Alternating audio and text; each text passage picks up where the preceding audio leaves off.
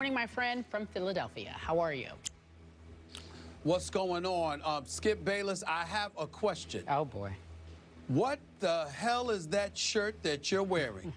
What is that, It's Skip? a little out of your price range. It's Mario Caldi right out of Manhattan, and it's actually a little out of your style range because the lovely Ernestine picked it out for me. It will start to set a trend, and it probably doesn't fit in the rather stodgy wardrobe of one Stephen A. Smith. I'm not, you know what? I could come back, but Skip is masterful, Kerry. He disarmed me because he brought up Ernestine. Yes. So I can't say a word. I know. Nice shirt, Skip. Nice shirt. I looked at it and I go, is that new? Must be nice. And I knew Ernestine picked it for you. Did you know? I felt that, yeah. I had a good joke to get at him until he brought up Ernestine. I can't do that. Come on, let it fly. No, I dare you. I dare you. You'll get a text from Ernestine in about 4 seconds. No.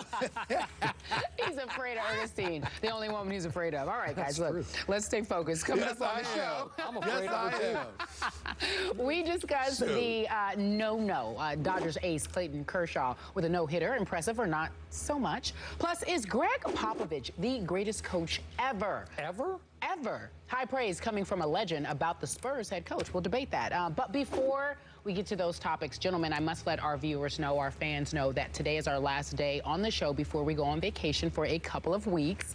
Darn it. They're forcing us to go. They're forcing us to go because we don't want to go. Stephen A. Not me. Not me. I'm voluntarily going. I'm voluntarily going. I'm out. I'm out. Okay, he's excited, as am I. Much deserved. Yes. We're working hard. We have been working hard. But before we actually leave, we know when we come back, a few things will have happened. Some decisions will have been made. So we'll talk about free agency. After losing the finals, many speculate LeBron wants help or out of Miami. James, being called the most powerful free agent, will decide if he will leave Miami or stay put. So when we return in July, Stephen A. Smith, where do you think LeBron will be? What will he do?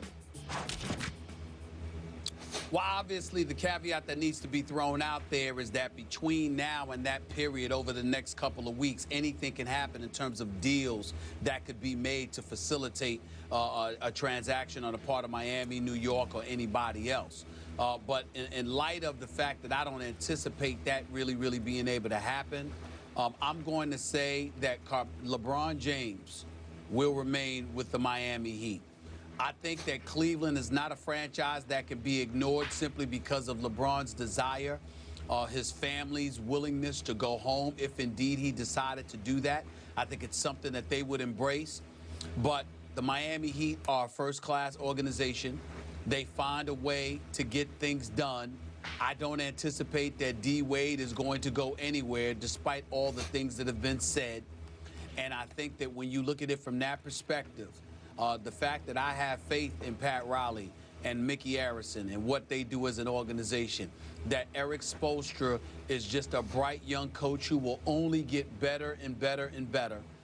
When you look at from a geographical purpose, from, just Miami being what it is and what have you, it would be pretty difficult for me to imagine that LeBron James will leave. Cleveland is still a possibility, but I just see people flocking to LeBron and Miami, assuming they're able to create enough room to do some things rather than it being LeBron electing to leave elsewhere. At this moment in time, right now, anything can happen over the next 2 weeks in terms of deals being made, but right at this moment in time right now, if I had to bet my money, it would be on LeBron staying in Miami.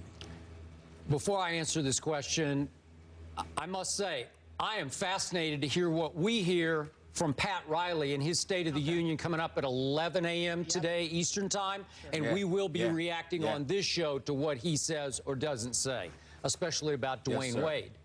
Now, to literally answer Kerry's question, when we return on July 7th, July 7th, where will LeBron be?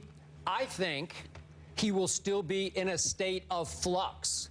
I think that, again, he can start negotiating July 1st, and feel free to disagree, Stephen A., but even though I don't think we will have the decision this time, I think we will have the process that we've seen again and again from LeBron James, by which he will meet with several teams methodically, slowly, surely, He will play the field. He will play all of our emotions. I think he will bask in the attention and the glory of being what you have called the most coveted free agent ever. Brian Windhorst has called him that on this show. Wouldn't you agree with that? Most coveted ever? Yes, I do. Okay. Yes, I do. So won't LeBron string us all along in not a bad way, but in his way? He can be the drama king, and I say that in a very positive perspective. But I think he will take his time on this. I also agree with you. I think he will come full circle and stay with Miami. That's just a gut feeling. I have no inside info on that. But to me, Bosh is only 30 years of age. Dwayne, for all the mileage on his knees, is only 32 years of age. And I believe Dwayne Wade will do everything in his power through this offseason to get his knees the best he can get them going into next year, and maybe to get a little fitter going into next year. So we step back and say, what advantage would Miami have next year? Well, listen, they didn't just lose the NBA Finals. They got embarrassed. They got humiliated and annihilated in ways never thought possible that the big three could get humiliated and annihilated. So finally, they should be driven next year in ways they've never been driven before, because all of a sudden they should embrace being the hunter for the first time in 5 years, as opposed to being the hunted that they were from the start. So I like LeBron in Miami, but I do think, and Avery Johnson's very strong in this, you know, Avery's starting to lean toward LeBron going back to Cleveland. And I made the case yesterday. I believe Daryl Morey will make a very convincing pitch to LeBron to go to Houston. And I think he will think hard about going to Houston, but I'm with you. I think ultimately, and it may be on July 8th, 9th, 10th, whatever LeBron, day, just wait at least until the 7th till we get back. Okay. Because we need you on the 7th, right? Maybe he'll give us a virtual decision on this show on the 7th. Yes, perhaps. Yeah. Could he? Yes. Okay. All right, Stephen A., anything to say to that? Well, it's interesting that Skip brings that up because, see, I don't think that LeBron is going to look to leave to go anywhere other than Cleveland. Obviously, Houston can make a case, and we all know that, because you got Dwight Howard and James Harden. You've got a case. There's no question about it. But I think that ultimately it's one of those situations where I'm not convinced Chris Bosh is going to stay.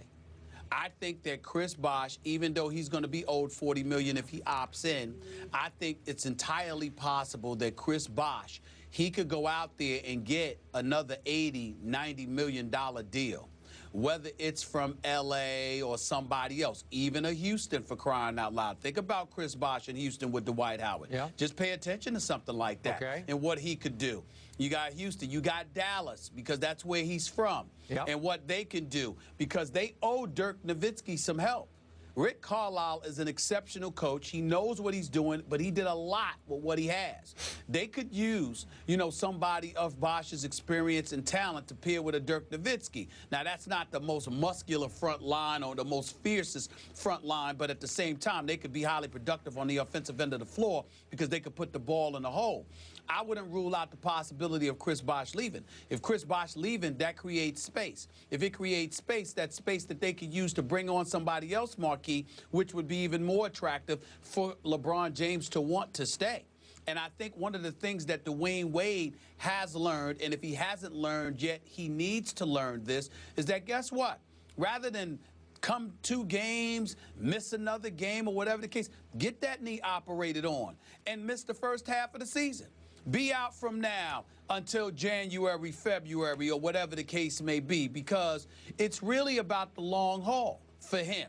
And if you're LeBron James, you don't want Dwayne Wade in and out. You'd rather him be out and stay out until he's ready to come back and be all in. You see what I'm saying? Yep. That's the way that you would like it to do. So if you've got that kind of plan, which I'm pretty sure that Pat Riley would have, then I think it's something that you entertain. I think it's something that's incredibly attractive to you, and I think it's something that you should think about doing. And that's why I think that LeBron is going to stay, because if there's any organization that would have that kind of plan in place, it would be Miami. Okay. On Dwayne's knees, if in fact they are arthritic, then no operation will help cure that. But you could be right, because I have heard from several people, in fact, some of the Spurs were saying that Dwayne had indicated he needed some other kind of surgical procedure, that he didn't get the right one. So God bless him. I hope he does get whatever is best for him and his knees. He's planning. Okay, now that's fascinating what you say about Chris Bosh. Yeah. I had not thought about that. How would that then impact LeBron's decision? I don't know how much he values Chris Bosh as the quote-unquote third wheel of the big three. You know, I don't know. Listen. I don't want to be negative because that's not what I'm trying to. I'm not trying to come across in that way.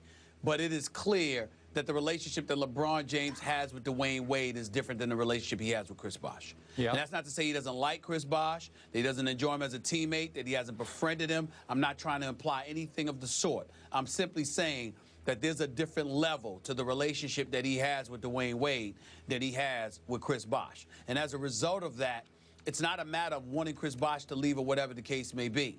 But let's say, for example, if Dwayne Wade said, and I'm not trying to say this is going to happen, but hypothetically speaking, if Dwayne Wade said, I'm going to retire, LeBron would look long and hard as to whether or not he's going to even be in Miami. That's his man.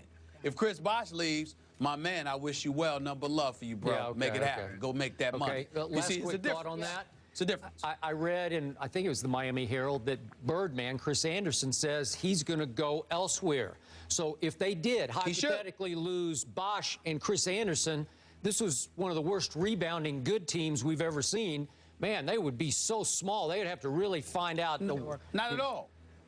Not at all, Skip, because you're not losing them for nothing. If they walk away, that's just money for you to go out and get something else. You better go big. So that's what that's what of course you're going. Well, of course you're going to get somebody else, but ultimately in the end, it's going to give you the maneuverability that you're looking for, because that's really the question mark. Think about this: if LeBron James was sitting there, approaching free agency with Miami, and Miami had a bunch of cap space to do what it wants, LeBron wouldn't be worried about a thing.